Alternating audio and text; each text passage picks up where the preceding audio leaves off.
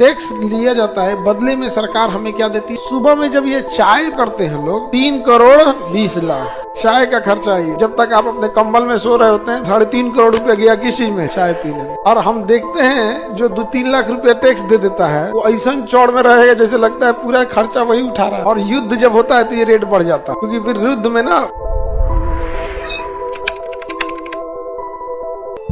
Tax में इस बारे में सबसे अच्छा चीज यह था कि 12 लाख रुपए तक अगर आप कमा रहे हैं तो टैक्स नहीं है। इससे कि जो मिडिल क्लास सैलरीड लोग थे उन्हें बहुत फायदा था। पहले 5 लाख से ज्यादा कमाएंगे तो क्या करना पड़ेगा, टैक्स देना।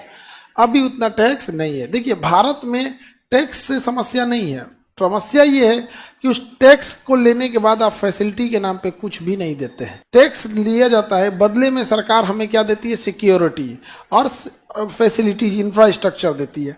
जैसे सेना है, सेना अब ऐसे सोचिए हमारे पास 16 लाख सेना है। कितनी फौज है, 16 लाख। 16 लाख का मतलब 5 को जीरो बिठा दीजिए 16 पे, 5 जीरो का मतलब लाख, 16 लाख।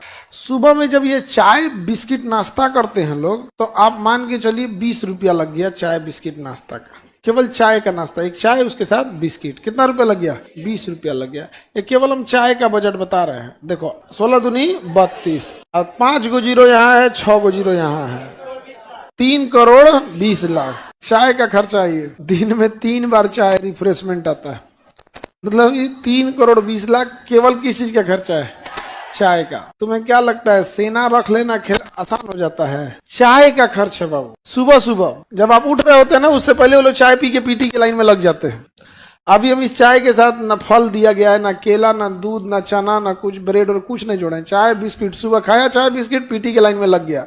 जब तक आप अपने कंबल में सो रहे होते हैं भारत का 3 करोड़ 3.5 करोड़ रुपया गया किस चीज में, चाय पीने में। कितना है, चाय पीने। और हम देखते हैं जो 2-3 लाख रुपया टैक्स दे देता है वो ऐसा चौड़ में रहेगा जैसे लगता है पूरा खर्चा वही उठा रहा है। सेना बड़ी हो जाना बड़ी बात नहीं होती, उसका खर्च की जिम्मेदारी इतनी भयानक आएगी आप सोच नहीं सकते। सोचो अभी सुबह का नाश्ता बाकी है, खाली चाय का हम बोले हैं, बेड टी, उठते उठते चाय होता है, नाश्ता, दोपहर का खाना, फिर शाम में नाश्ता, हल्का सा स्नैक्स वगैरह रहता है रिफ्रेशमेंट, फिर रात का खाना। और युद्ध जब होता है तो ये रेट बढ़ जाता है, क्योंकि फिर युद्ध में ना वो सप्लाई लाइन आ जाती है, ये तो देना ही है। अब उसको पहुंचाएगा कौन, पहाड़ पे जोमेटो।